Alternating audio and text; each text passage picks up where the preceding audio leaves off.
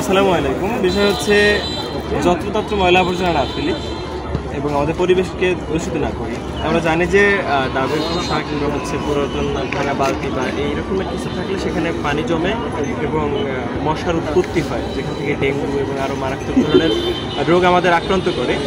তো আমরা পরিষ্কার করতেছিলাম আজকে পটুয়াখালী জেলার খুব একটা জনপ্রিয় জায়গা ঝাউতলার পশ্চিম পাশে, শহীদ মিনারের পশ্চিম পাশে এবং ডিসি বাংলোর আশেপাশে।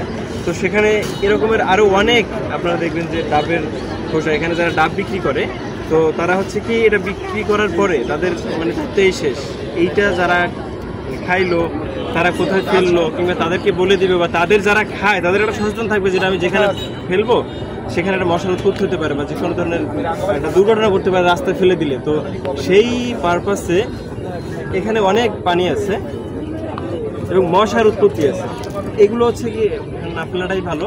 তো বিশেষ এই যে সচেতন আমাদের মাঝে নেই, এটা আমাদের সচেতন হতে হবে এবং আমাদের পরিবেশকে সুন্দর এবং সুরক্ষা রাখার দায়িত্ব আমাদের। তো আমরা সবসময় এটা চেষ্টা করবো যেখানে সেখানে এইরকম পানি জমে থাকে এই রকমের আসবাবপত্র অবশ্যই ফেলবো না। আর ময়লা আবর্জনা এখান থেকে আমরা অনেক জায়গায় পরিষ্কার করেছি আমাদের বিডি ক্লিন টিম পটুয়াখালী সদর এর টিমের মাধ্যমে।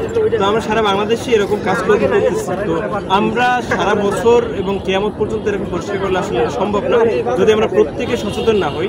তো সবার কাছে আমার আকুল আবেদন এবং রিকোয়েস্ট হাত জোর করে যে তোমরা হচ্ছে আমাদের পরিবেশকে সুন্দর সংরক্ষিত রাখার জন্য আমরা চেষ্টা করব এবং যত্রতত্র ময়লা আবর্জনা না ফেলি।